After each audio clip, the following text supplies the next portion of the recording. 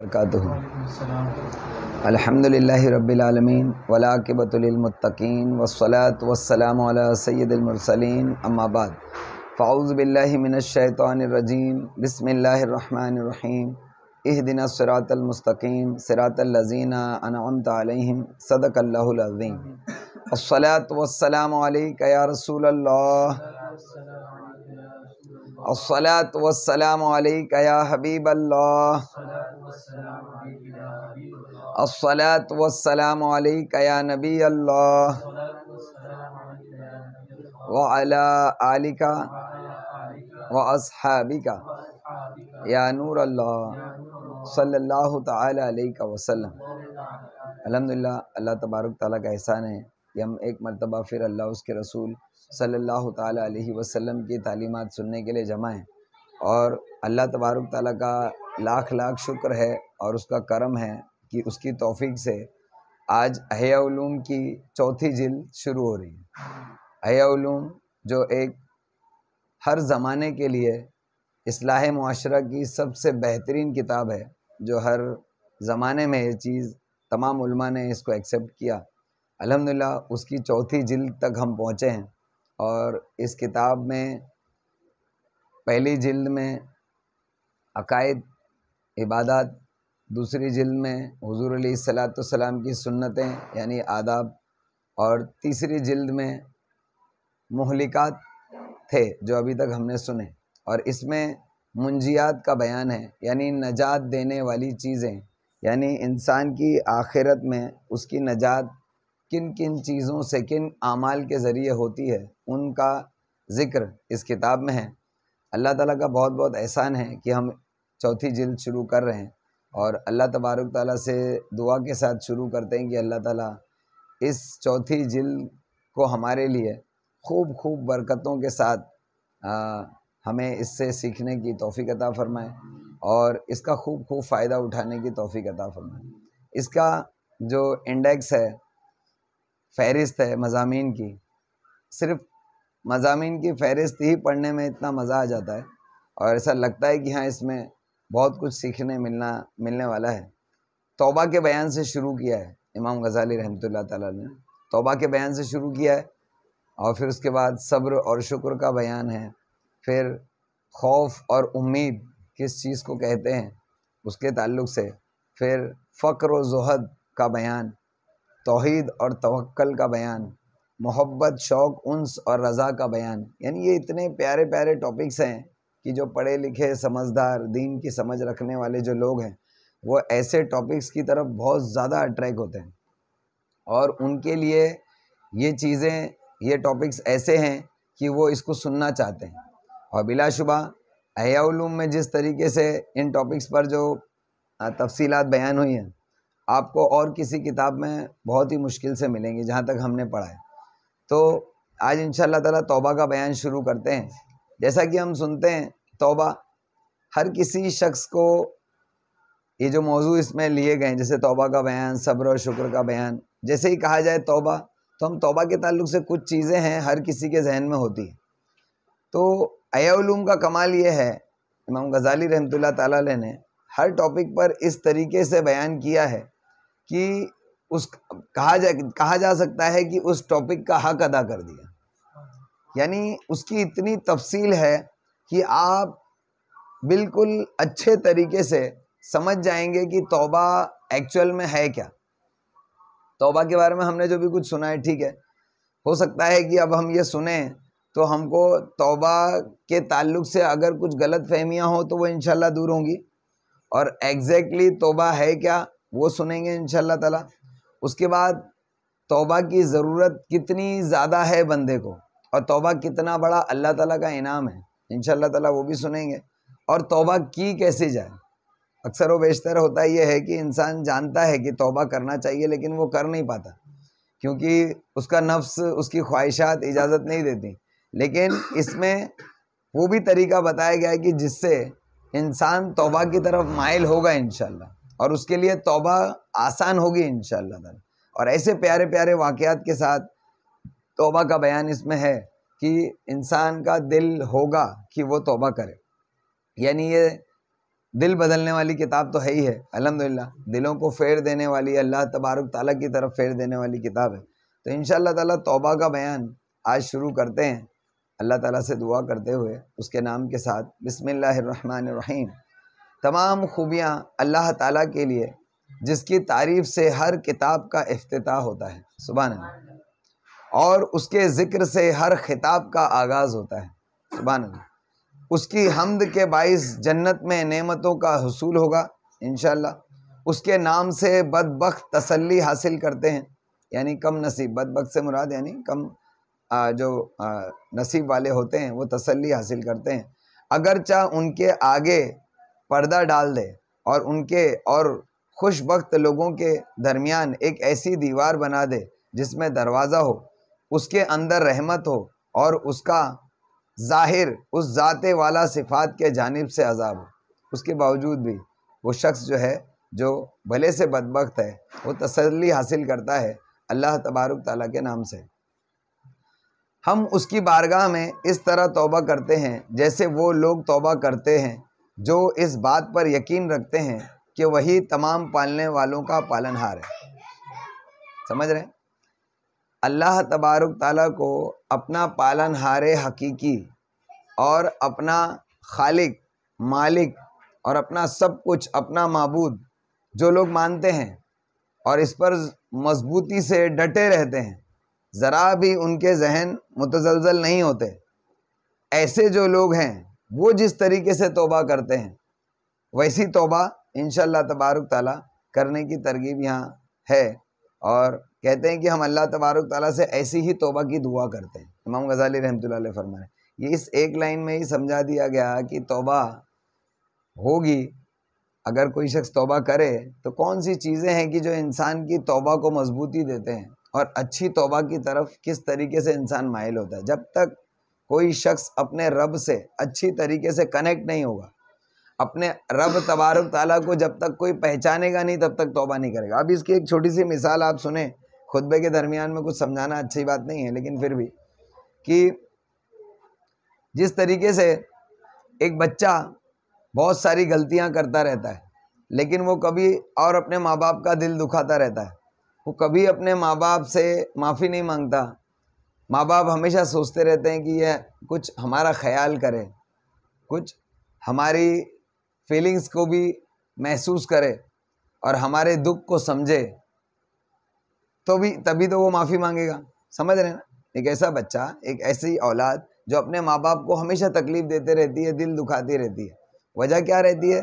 क्योंकि वो माँ बाप के ताल्लुक़ से केयर नहीं करते, ख्याल नहीं करते, उनकी मोहब्बत और वो जिस तरीके से उसके लिए डिवोटेड हैं और उसके लिए मेहनत करते हैं, वो कभी उसका एहसास नहीं करता।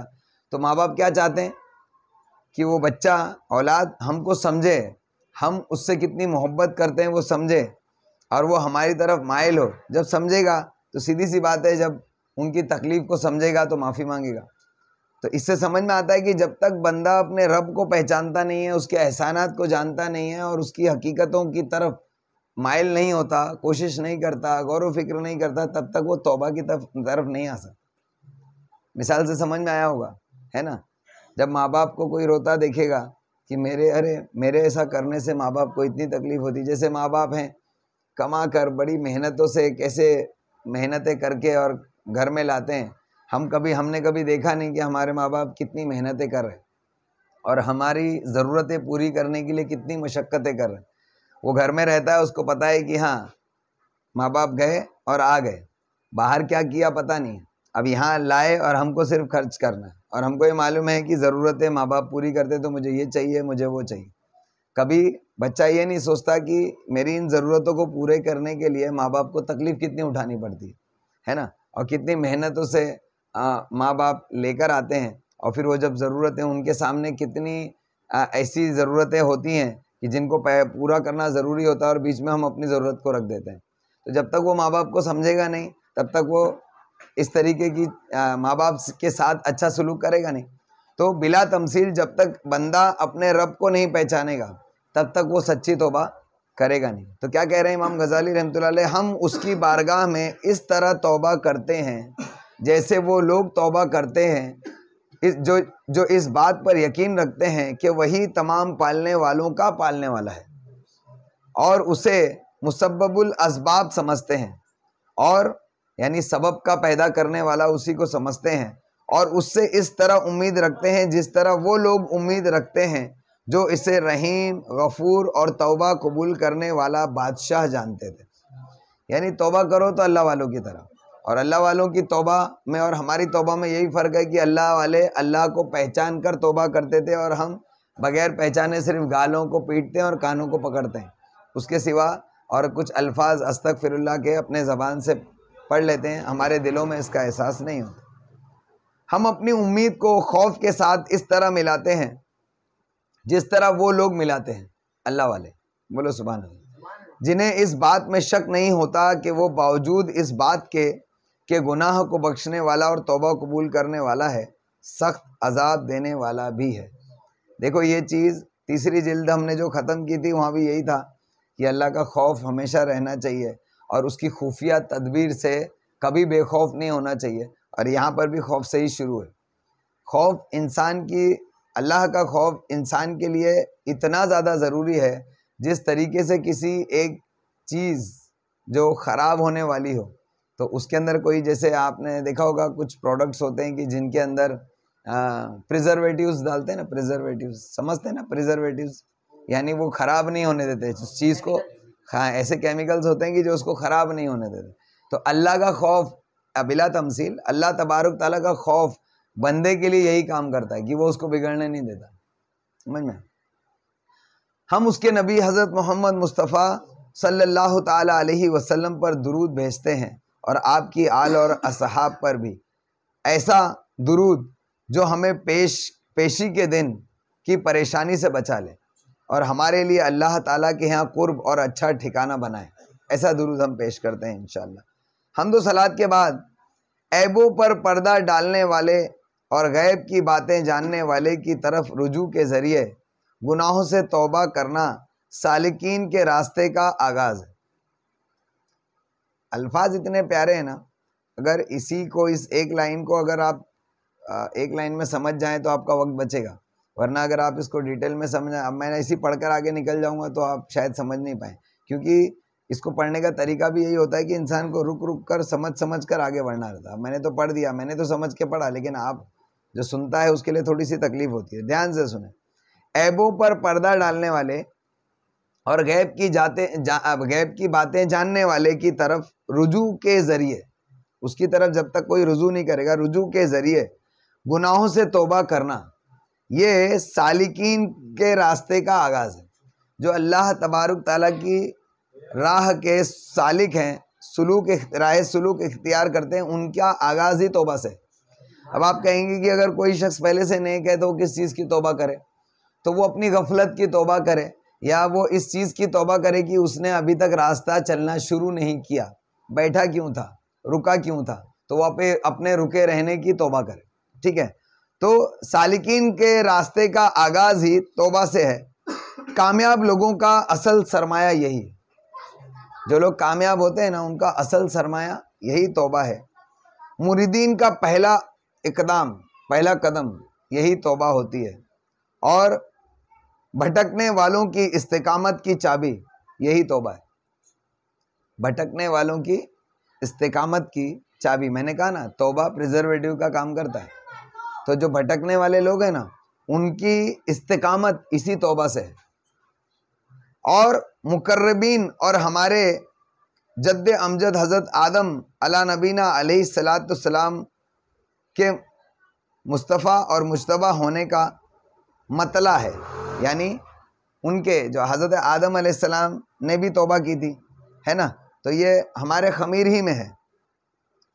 और औलाद के लिए अपने आबा और अजदाद की पैरवी निहायत ज़रूरी है। आदम अलैहिस्सलाम ने तौबा की, हमको भी करना चाहिए। हम तो गुनाहों की तौबा से रुके बैठे हैं, और आदम अलैहिस्सलाम ने तो इज्तिहादी ख़ता की भी तौबा की, यानी एक गलती की तौबा की, और हम गुनाहों की तौबा नहीं करते। गलती और गुनाह में फ़र्क होता है। ये बात ताज्जुब खेज़ नहीं कि आदमी गुनाह और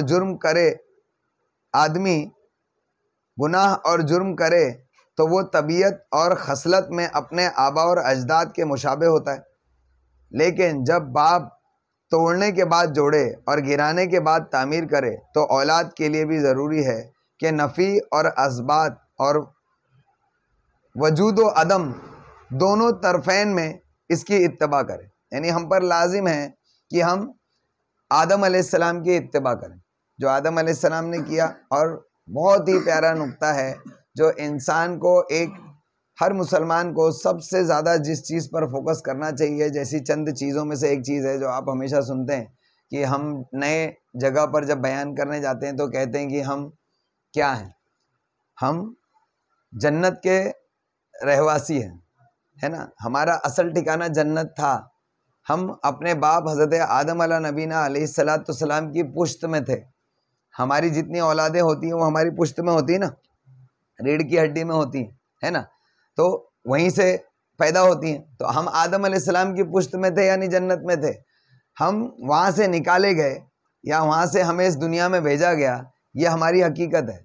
और हमको वापस वहीं लौटना है, ये हमारा मिशन होना चाहिए, ये हमारा विज़न है और ये हमारी मंजिल है कि हमको रिटर्न पहुँचना है। और वो सब क्या हुआ था उसका हमेशा याद रखना, ये बहुत अहम चीज़ है कि किस वजह से आए थे और किस वजह से, किस ज़रिए से हम वापस जा सकते हैं, इसका जानना बहुत ज़रूरी है। तो ये सारी जो चीज़ें हैं, ये सारे जो वाक़यात हैं, उसकी इत्तबा हमको भी करना है। हम पहले से ही बाहर भेज दिए गए, हम पैदा ही यहाँ इस ज़मीन पर हुए, आदम अलैहिस्सलाम की पुश्त में थे और उनके साथ में हम यहाँ आ गए और यहाँ पर हम पैदा हुए इस दुनिया में। तो अब हमको लौटना है। हमारे बाप आदम अलैहिस्सलाम तो लौट गए जन्नत, नेक काम करके लौट गए, हमको भी उनकी इत्तबा करते हुए लौटना है, वरना हम तकलीफ़ में आएंगे। और इससे भी बुरा एक घर है, दुनिया से भी बुरा एक घर है जिसको जहन्नम कहा जाता है।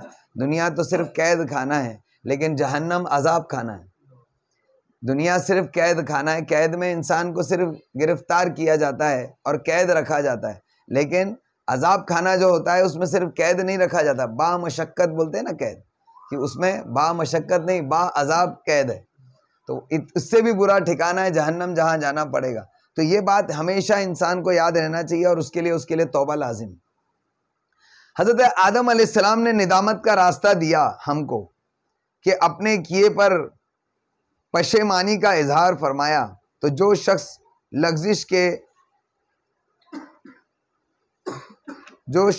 लग़्ज़िश के लिए उनको मुक्तदा करार दे, यानी उनकी इक्तदा करे और उनको अपना मुक्तदा समझे, लेकिन तौबा करने में उनकी पैरवी ना करे, उसके कदम फिसल गए। हकीकत में वो फिसल गया और गिर पड़ा।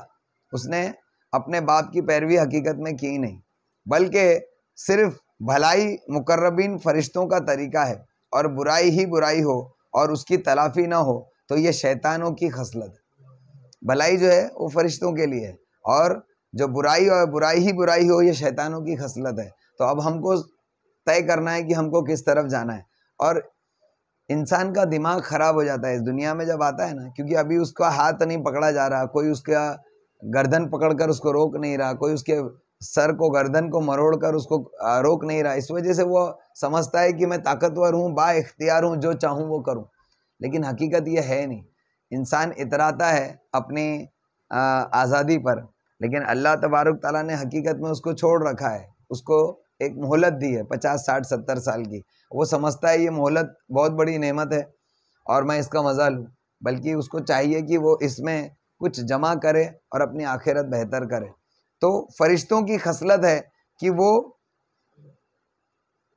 अच्छे अमल करें, और शैतानी खसलत है कि वो अपनी बुराइयों की तलाफ़ी ना करें। जब बुराई में पड़ने के बाद नेकी की तरफ रुजू करना इंसानी ज़रूरत ही है, जो सिर्फ नेक शख्स ही करता है वो फरिश्ता है जो अल्लाह ताला का मुकर्रब है, और जो सिर्फ बुराई करता है वो शैतान है। और जो बुराई हो जाने के बाद भलाई की तरफ रुजू करके उसकी तलाफ़ी करने वाला वाकई में वो इंसान है, क्योंकि इंसान के ख़मीर में दोनों बातें रखी गई हैं।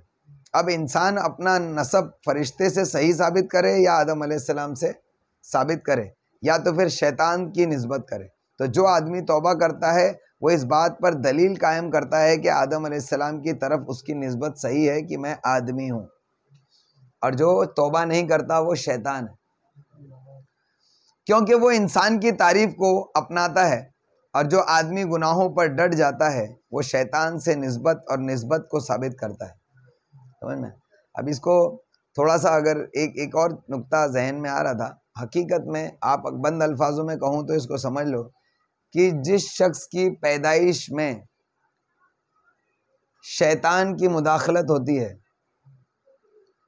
कि उसकी पैदाइश का जो ज़रिया हमल ठहरना है, अगर उसमें शैतान की मुदाखलत है और उसने अल्लाह के नाम से शुरू नहीं किया, तो ऐसा शख्स जो है वो बुराइयों की तरफ बढ़ता है, क्योंकि वो शैतान की औलाद है, आदम की औलाद नहीं है। और जो आदम की औलाद होता है तो अल्लाह तबारक ताला उसको नेकियों की तौफीक अता फरमाता है। तो हमको चाहिए कि हम आदम अलैहिस्सलाम से अपनी निस्बत साबित करें या तो फिर शैतान से अपनी निस्बत साबित करें। फरिश्तों से नस्ब की तस्हीह के आदमी सिर्फ नेकी ही करे बंदे के लिए मुमकिन नहीं है, क्योंकि इंसानी खमीर में नेकी के साथ बुराई निहायत मजबूती से मिली हुई है। उसे या तो निदामत की आग अलग कर सकती है या जहन्नम की आग अलग कर सकती है। तो शैतानी खबासतों से इंसानी जौहर को अलग करने के लिए आग से जलाना ज़रूरी है। समझ रहे हैं? ये सब उर्दू अल्फाज हैं, थोड़ा सा समझाना ही पड़ता है। जैसे ज़मीन से सोना निकलता है, अभी आजकल से वीडियोज़ वगैरह में दिखाते हैं कि वो ज़मीन खोदी तो उधर पीला पीला दिखने लगा बहुत सारा। ऐसा थोड़ी होता है, सोना वो फॉर्म में थोड़ी मिलता है। जो शख्स जो अगर सोने की खदानों में जाए, हम जैसे लोग जाएंगे पहचान भी नहीं पाएंगे, उसको लगेगा सब मिट्टी ही मिट्टी है और सब पत्थर ही पत्थर समझेगा, उसको समझ में नहीं आएगा कि सोना क्या है। सोना उसमें से दरियाफ्त करना पड़ता है, उससे क्या कहते हैं, उसको रिफाइंड करना पड़ता है, हासिल करना पड़ता है, रिफाइंड करना पड़ता है, तब हासिल होता है, लेकिन वो उस फॉर्म में दिखता नहीं है। तो इसी तरीके से जो इंसान होता है ना, उसको निदामत की आग अपने अंदर जलाकर वो अपने अंदर का जो आदमियत है वो उसको हासिल कर सकता है। तो शैतानी खबासतों को से इंसान जौहर को अलग करने के लिए आग से जलाना ज़रूरी है। अब तुम्हें चाहिए कि जो आग हल्की है उसे इख्तियार करो और कम दर्जे की खराबी की तरफ जल्दी करो, इससे पहले कि इख्तियार की बिसात लपेट दी जाए और मजबूरी के घर की तरफ ले जाए, या तो जन्नत की तरफ या तो जहन्नम की जानिब। समझ में आया ये लाइन का मतलब? यानी दुनिया के अंदर निदामत की आग में अपने आप को जलाओ। निदामत होती है तो अफसोस होता है, तकलीफ होती है, तो निदामत की आग में जलाकर यहीं पर प्यूरीफाई हो जाओ तौबा के ज़रिए, तो अच्छी बात है। वरना फिर अगर तुमने डिले किया, खुद अपने आप को प्यूरीफाई नहीं किया, तो उसके बाद अल्लाह तबारक ताला इस ज़िंदगी की बिसात को लपेट देगा और उसके बाद तुमको जहन्नम में लाके प्यूरीफाई करेगा। समझ रहे हैं ना? ईमान पर अगर इंसान मरा लेकिन गुनाह भी हैं जिसकी उसने तौबा नहीं की, तो जहन्नम में जलाया जाएगा ना। जहन्नम में उन गुनाहों की वजह से उतनी मुद्दत तक जलाया जाएगा जैसे गुनाह थे, और जब तक जल के उसके सारे गुनाह ख़त्म नहीं होते, वो प्यूरीफाई नहीं हो जाता, तब तक उसको जन्नत में नहीं डाला जाएगा। ये उस शख्स के लिए है जो ईमान पर जिसका खात्मा हुआ है ना। तो दुनिया में अपने आप को निदामत की आग से जला के और प्यूरीफाई कर लो, पाक कर लो, वरना जहन्नम में जला के पाक किया जाएगा। एक आयत याद आई तकब्बुर के बाब में, अल्लाह तबारक ताला की ने कुरान पाक की एक आयत है जो उसमें बरक़ात शरीयत में लिखी हुई है। उसका मफ़हूम इस तरीके से है कि जो तकब्बुर करता है, अल्लाह तबारक ताला ऐसे लोगों को अपनी आयत से फेर देता है, समझ में, और उन्हें पाक नहीं करता। अल्लाह अकबर। पाक नहीं करता का मतलब यानी अल्लाह तबारक ताला पता नहीं वो दुनिया में पाक नहीं करता या आखिरत में जहन्नम में भी पाक नहीं करे, यानी पाक करने का प्रोसेस ख़त्म, यानी वो पूरा का पूरा गलीज़ है, वो जहन्नम ही में जलेगा, यानी उसका कोई प्यूरिफिकेशन का सिस्टम होगा ही नहीं। क्योंकि जिसके दिल में राई के दाने के बराबर भी तकब्बुर होगा वो जन्नत में नहीं जाएगा, है ना। तो पता चला कि एक प्रोसेस है, या तो तुम दुनिया में निदामत की आग से जला कर अपने आप को पाक कर लो, या तो फिर जहन्नम के लिए तैयार हो जाओ, फिर वहाँ जल के तुमको अपने आप को पाक करना है। कितनी बेहतरीन तौबा के ताल्लुक से समझाया है माशाल्लाह। और जब दीन में तौबा का ये मकाम है, तौबा का जब ये मकाम है कि वो जहन्नम जिस तरीके से पाक करती है, तुमको तौबा पाक कर देती है। जहन्नम से तौबा के जहन्नम के मुकाबले में तौबा कितनी आसान है, इतनी भी आसान नहीं है, इतनी भी आसान नहीं है। तौबा जो है ना, करने के लिए इंसान लफ्जी तौर पर और फिजिकली हाथ मुंह मारना और रो लेना तो कर लेता है, ये फिजिकली एक्ट्स तो इंसान कर लेता है और उस वक्त पर वो सिद्क दिल से भी कर लेता है। लेकिन ये जो नफ्स जब तक के चेंज नहीं होगा ना, तब तक के इंसान सच्ची तौबा नहीं कर पाता। सच्ची तौबा होना चाहिए। तो जहन्नम की आग से तो बहुत आसान है, इतना आसान नहीं है, लेकिन जहन्नम की आग से तो बहुत ही ज़्यादा आसान है कि इंसान तौबा कर ले। और इससे एक नुक्ता मिला कि जो इंसान जहन्नम की सख्तियों को पहचान लेगा उसके लिए तौबा आसान हो जाए। तौबा उसको मुश्किल लगती है जिसको जहन्नम पता नहीं। अब जिस शख्स को किसी अमल के लिए, एक बच्चा है मान लीजिए, उसको बार बार मना किया जाता है, देख बेटा ये काम मत कर, ठीक है, वो ठीक है कह देता है, दूसरे दिन फिर वही करता है। फिर उसको समझाया जाता है, फिर वही करता है, फिर वो समझाया जाता है, फिर वही करता है। लेकिन एक दिन अगर पकड़ के उसको अच्छी तरीके से और मारा जाए, उसको सज़ा दी जाए, तो फिर दूसरे दिन बराबर याद रखता है ना। तो इसी तरीके से जब इंसान को जहन्नम की मालूमात होगी और उसकी सख्तियों को जानता होगा तो उसके लिए तौबा करना आसान हो जाएगा। और जब दीन में तौबा का ये मकाम है तो नजात देने वाले उमूर के बयान में तौबा की हकीकत, इसकी शर्तें, इसके सबब और इसकी अलामतें कि सच्ची तौबा है क्या, उसकी अलामत क्या है, और उसके नतीजे, इससे रोकने वाली आफात और उसे आसान करने वाली दवाओं की तशरीह इंशाअल्लाह की जाएगी। इसको सुनेंगे ना तो बड़ा मज़ा आएगा। इस लाइन को समझो।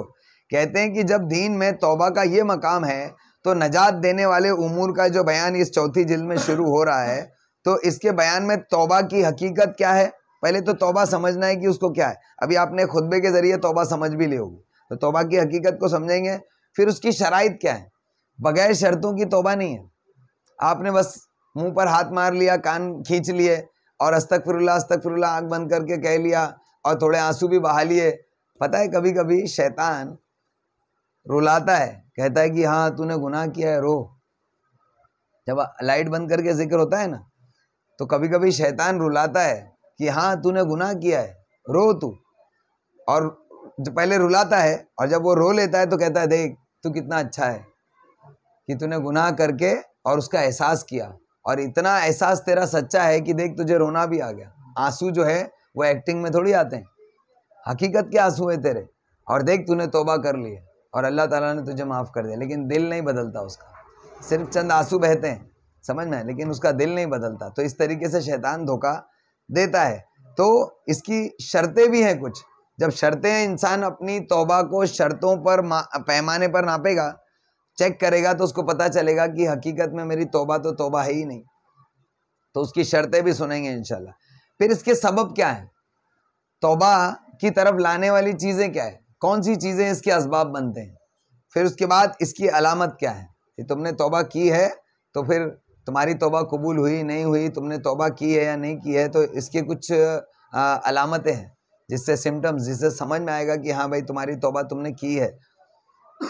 इससे रोकने वाली आफात क्या है, तौबा से कौन सी चीज़ें रोकती हैं, तौबा करने से इंसान को कौन सी चीज़ें रोकती हैं, उसका भी जिक्र होगा इंशाल्लाह। और तौबा को आसान करने वाली दवाओं की भी तशरीह की जाएगी। दवाएं लो, तौबा तुम्हारे लिए आसान हो जाएगी।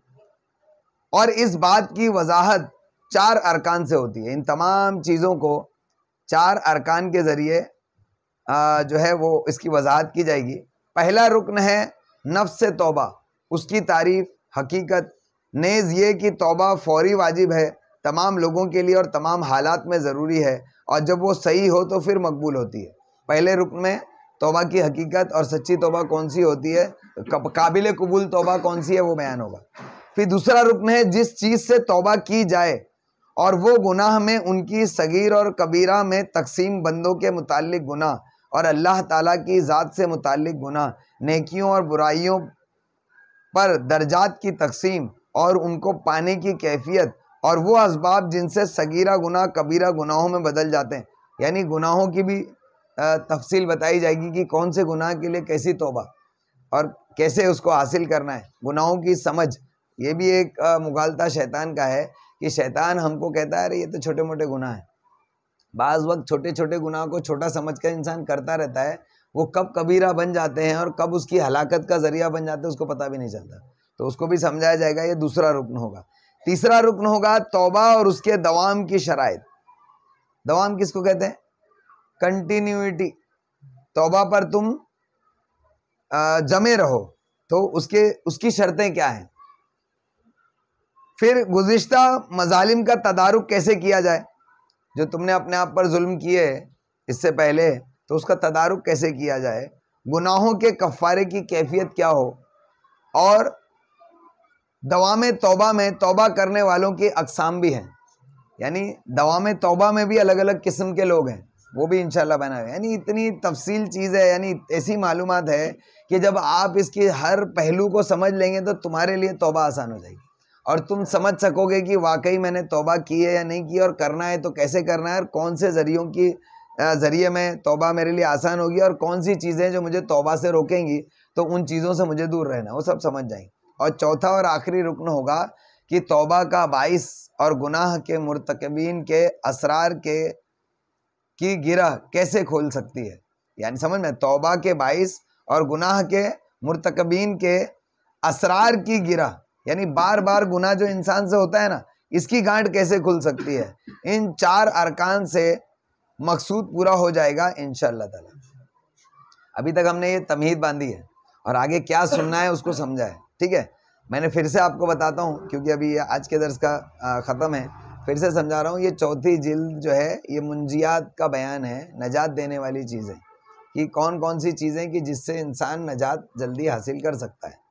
ये वो बंदा कि जो मुहलिकात से बच गया, तीसरी जिल्द जिसने पढ़ ली, उस पर अमल कर लिया, तमाम हलाक करने वाली चीज़ों से बच गया, तो अब ये न्यूट्रल हुआ, तो अब इसको कुछ तरक्की भी तो करना है, तो नजात देने वाली चीज़ों का इस्तेमाल करे। तो वो ये नजात देने वाली चीज़ों में सबसे पहली चीज़ है वो तौबा, क्योंकि उसने जितने भी हलाकत खेज चीज़ें मुमकिन है कि वो उसमें पड़ गया हो, और ना पड़ा हो तो अभी जो है वो स्टिल है, यानी गफलत में है या कुछ आगे नहीं बढ़ रहा, तो इन तमाम चीज़ों से, गफलत से तौबा करे या गुनाहों से तौबा करे, उसको तौबा की ज़रूरत तो है। तो मुंजियात में नजात देने वाली चीज़ों में सबसे पहले तौबा का जिक्र शुरू किया। तो तौबा की तफसील हम इंशाअल्लाह ताला 4 अरकान में समझेंगे। जब समझेंगे तो इंशाअल्लाह तबारुक ताला फिर उस पर अमल करने की कोशिश करेंगे। तो कल इंशाअल्लाह ताला, कल के दर्स में तौबा की हकीकत और उसकी तारीफ़ सुनेंगे इंशाअल्लाह। बहुत ही प्यारी चीज़ है, अल्लाह के वास्ते आओ सुनो, और ये जो अभी बयान हुआ इसको दोबारा कल सुनकर आना। जस्ट आने से पहले जब आप उसको सुनकर आएंगे इंशाअल्लाह, तो आगे की चीज़ बहुत अच्छे तरीके से समझ में आएगी। अल्लाह तबारुक ताला से दुआ है, अल्लाह तबारुक ताला कहने सुनने से ज़्यादा हम सबको अमल करने की तौफीक अता फरमाए। मेरे मौला नबी करीम सल्लल्लाहु ताला अलैहि वसल्लम की नाले ने मुक़द्दस के सदक़े तुफ़ैल हमें सच्ची तौबा की तौफीक अता फरमा। नजात देने वाले उमूर को इस्तेमाल करके अपनी आखिरत को दुरुस्त करने की तौफीक अता फरमा। बिलखुसूस मेरे मौला, ये हमने चौथी जिल्द अहया उलूम की जो शुरू की है, मेरे मौला हमें इसको अच्छी तरीके से पढ़कर, समझकर और इस पर अमल करके दूसरों तक पहुँचाने की तौफीक अता फरमा। मेरे मौला हमें दीन की समझ अता फरमा। मेरे मौला हुज़ूर अलैहिस्सलाम की सुन्नतों से मोहब्बत अता फरमा। मेरे मौला हमें तमाम मुहलिकात से अपनी पनाह अता फरमा। मेरे मौला हमें तमाम मुंजियात पर अमल करने की तौफीक अता फरमा।